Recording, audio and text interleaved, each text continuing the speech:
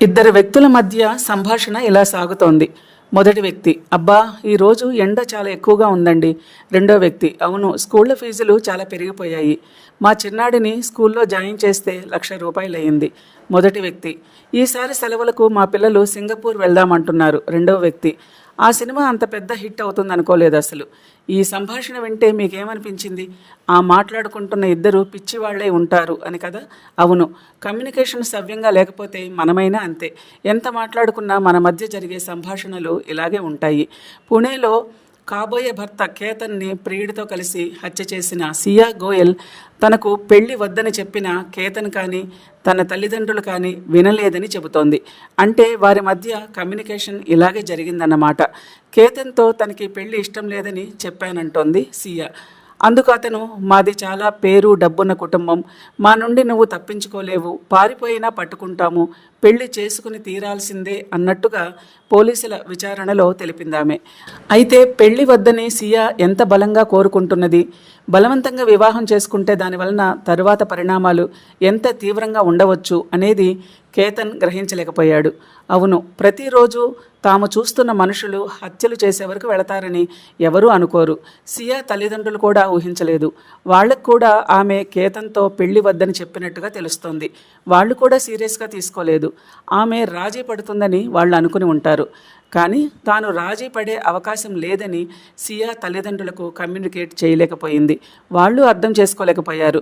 ఇంత జరిగాక తమ కూతురు తప్పు చేసి ఉంటే ఆమెకు ఉరిశిక్ష వేయమని చెబుతున్నారు. సియా తండ్రి హార్ట్ అటాక్తో హాస్పిటల్లో ఉన్నాడు. ఆమె సోదరుడు హాస్పిటల్లో ఉండి తల్లిదండ్రులను చూసుకుంటున్నాడు. సియా ఆమె ప్రేమించిన వ్యక్తి చేతన్ గత ఏడాది దీపావళి పండుగ రోజుల్లో ఒక పార్టీలో కలుసుకున్నారు. ఒకరినొకరు ఇష్టపడ్డారు.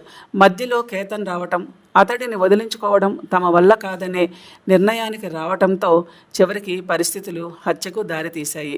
వాళ్ళిద్దరూ గత 6-7 నెలలుగా ఫోన్లో మాట్లాడుకున్నది 2004 కాల్స్, దాదాపు 238 గంటల పాటు వారి మాటలు ఉన్నాయి.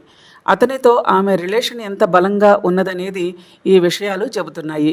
అయితే ఇవన్నీ కేతన్కి, తన తల్లిదండ్రులకు ఆమె చెప్పలేదా? చెప్పినా వారు అర్థం చేసుకోలేదా? ఒకరితో ఒకరు మాట్లాడుకుంటూనే ఉన్నారు, కానీ ఎవరు ఎవరి కోసము తమ పట్టుదలని వదలలేదని అర్థమవుతోంది. సియా, ఆమె తల్లిదండ్రులు, కేతన్ అందరూ తాము అనుకున్నదే జరగాలనే మొండితనంతో ఉన్నారు తప్ప ఎదుటివారు ఏం కోరుకుంటున్నారు అనే కోణంలో అర్థం చేసుకోలేకపోయారని అర్థమవుతోంది. నా మాటే నెగ్గాలనే మొండితనంతో మనం ఎంత మాట్లాడుకున్నా ఆ మాటలు కమ్యూనికేషన్గా మారవు. సమస్యలు పరిష్కారం కాకపోగా మరింత జటిలంగా మారిపోతాయి. ఒకరు చెబుతున్నది మరొకరు అర్థం చేసుకునే స్థితిలో ఉంటే ఎన్నో హత్యలను, ఆత్మహత్యలను నివారించే అవకాశం ఉంటుంది. సియా మనసులో ఉన్నది నో. ఆమె తల్లిదండ్రులకు, కేతన్కి కావాల్సింది ఎస్. ఆ రెండింటి మధ్య రాజీ కుదిరే స్థాయిలో కమ్యూనికేషన్ వారి మధ్య జరగనే లేదని తెలుస్తోంది. ఈ విషయంలో కేతన్ తండ్రి మాటలు వింటే చాలా బాధ కలుగుతుంది. నాకు పెళ్లి వద్దు అని ఆ అమ్మాయి ఒక్క మాట చెప్పినా పెళ్లి క్యాన్సిల్ చేసి మా అబ్బాయిని కాపాడుకునేవాడిని కదా అని ఆయన బాధపడుతున్నారు. అంతే కదా, మీ అబ్బాయి నాకు ఇష్టం లేదు, పెళ్లి చేసుకోమంటే చంపేస్తాను అని ఏ అమ్మాయి అయినా అంటే ఏ అబ్బాయి తండ్రి అయినా ఏం చేస్తాడు? ఆమెకు దండం పెట్టి బతికించావు తల్లి అని కొడుకుని తీసుకుని బతుకు జీవుడా అని తప్పుకుంటాడు. బెంగళూరులో శ్వేత అనే అమ్మాయి తల్లిదండ్రులను, సోదరిని హత్య చేసిన ఘటన కూడా ఇలాంటిదే. ఆ అమ్మాయి తన పుస్తకాల్లో I am sad, I am lonely, I am depressed అని రాసుకున్నట్టుగా తెలుస్తోంది. తన తల్లి తనను నిరంతరం తిట్టేదని, స్వేచ్ఛనిచ్చేది కాదని, తన జీవితాన్ని నాశనం చేసిందని, అందుకే చంపేశానని శ్వేత చెబుతోంది. ఆమె మానసిక సంఘర్షణలో ఉండవచ్చు. తల్లి కూతురి మంచి కోసం చెబుతున్న మాటలు ఆమెకు చెడుగా అనిపించి ఉండవచ్చు. లేదా తల్లే కూతురి మానసిక స్థితిని గ్రహించి ఆమె హర్ట్ కాకుండా చెప్పలేకపోయి ఉండవచ్చు. ఏది ఏమైనా ఆ ఇంట్లో కూతురికి, ఇతర కుటుంబ సభ్యులకు మధ్య పూడ్చలేని అగాధం ఏర్పడింది. వారి మధ్య కమ్యూనికేషన్ ముక్కలైపోవడం వాళ్ళు గమనించనే లేదు. కమ్యూనికేషన్ లేకపోగా మిస్కమ్యూనికేషన్ అంతరంగ లోతుల్లోకి దిగబడిపోయింది.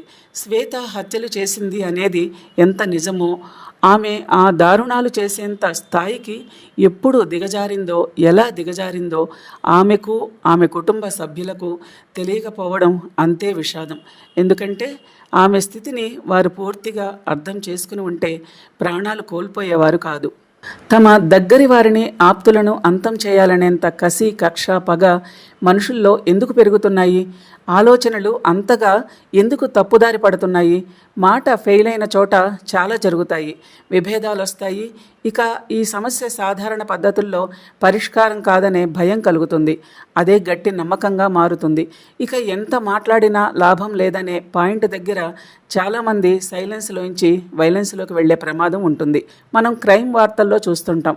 వాళ్ళ మధ్య చాలా గొడవలయ్యాయి, పరిష్కరించుకోవాలని చూశారు, కానీ కుదరలేదు అని. అంటే అవతలి మనిషిని ఒప్పించడం తమకిక సాధ్యం కాదనే స్ట్రెస్ పెరుగుతుంది.